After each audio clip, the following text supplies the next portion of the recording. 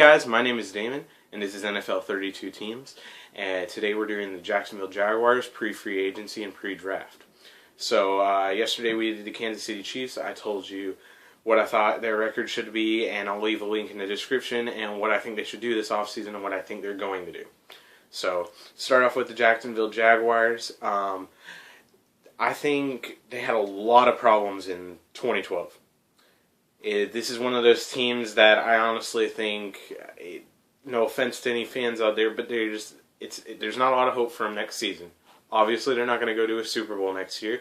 They just got a new owner last year. They're a rebuilding team. They don't have a good quarterback. They don't have an amazing offensive line, and they don't have an amazing defense. Their only really good component is Maurice Jones-Drew, their running back, and even he didn't do too well this year because of his contract issues at the beginning of the season, but that should fix itself up this season, and I expect Maurice Jones-Drew to be a top 3 draft. So, first thing I'm going to say is their chances are not very good next year. They will not make it to the playoffs. I can almost pretty much guarantee that unless they draft somebody amazing out of the draft at quarterback, but I don't see them doing much this season, getting much better. I could even see them be the worst team next year. But there is upside. We can look at who they're going to draft this year. So looking at their defense, I have my computer up right here, and they did not do a very good job on defense at all. They had one of the worst rushing and worst passing defenses in the NFL, and they had one of the worst passing offenses in the NFL. So those are all 3 categories out of 4 categories other than special teams that they weren't very good in. What I think they're going to do in the draft is, even if the Kansas City Chiefs don't take Geno Smith, I think at the number 2 spot, the Jacksonville Jaguars will be looking to take Bjorn Werner out of Boston College. He's a really good guy, and he's got speed, he's got physicality, he's a great big guy, and he's a great defensive end. So that's where I think they're going to go at the 2nd pick, and I think that's actually a pretty good pick to choose. Now, my favorite pass rusher in the draft right now is not Bjorn Werner. It's, I'm sorry if I'm messing up that name, but my favorite guy in the draft is Jarvis Jones out of Georgia. He's a really good outside linebacker. I don't think the Jacksonville Jaguars will end up taking him, but because they're a 4-3 system and Jarvis Jones is a 3-4 system. If you want to know more about that, I'll also probably leave on my account somewhere, or sometime I'll do a difference in between 3-4 and 4-3 for all those of you who don't know. So just look at that on my page if you don't know what that is. But basically where I think they are right now is they had a really bad 2012 season. One of the only teams they beat were the Colts, my favorite team, and they barely won that game. They won on a, I believe, pass to Cecil Shorts III in Week 3, and it went down the field. Later that year, the Colts played Jaguars again, and the Colts totally whooped Jaguars. So this year I think it's going to be a little bit more of a rebuilding season.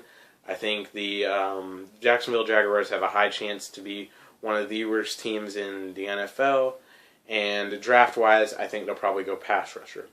Now, as far as free agency goes, they have $22 million in cap, which they could spend it on a lot. But I think the Jacksonville Jaguars' biggest problem is they aren't giving up on Blaine Gabbert.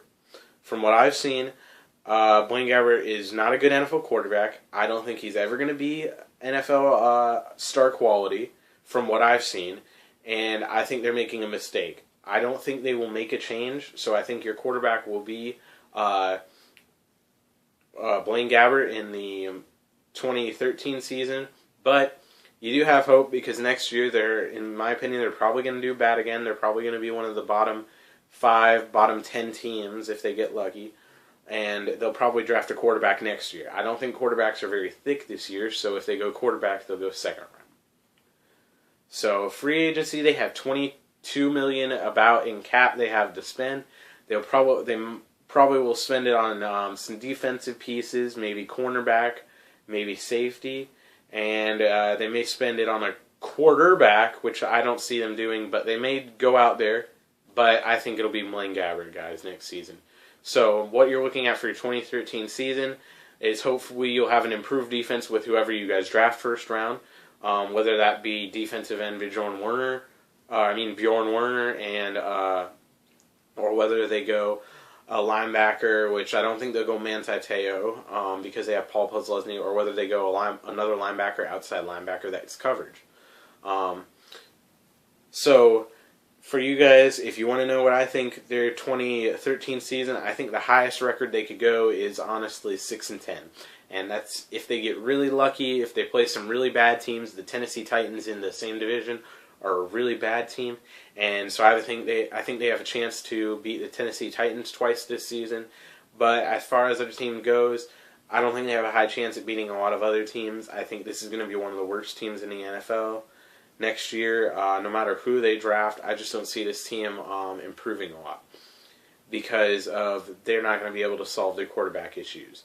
And that's another issue I'm going to be able to talk to you guys about. I'm going to be coming out with a video with the problem with this quarterback class being so thin in the draft is that teams like Jacksonville Jaguars and Kansas City Chiefs and Raiders who don't have a quarterback and they need one, they're not going to be good next season if they can't draft one again. So, again, I think the Jacksonville Jaguars will probably have around 3 wins, maybe even less. I think their ceiling is 6-10 if they get lucky, and I think they're probably going to go draft defensive end or maybe even defensive tackle Star Lotulelli because he's amazing, and I could see him going number 2. So they'll probably go D-line in the draft. So thanks for watching, guys. Jacksonville Jaguars probably somewhere really low at the end of next year. I don't see them improving much, and I see them drafting a D-lineman in the draft.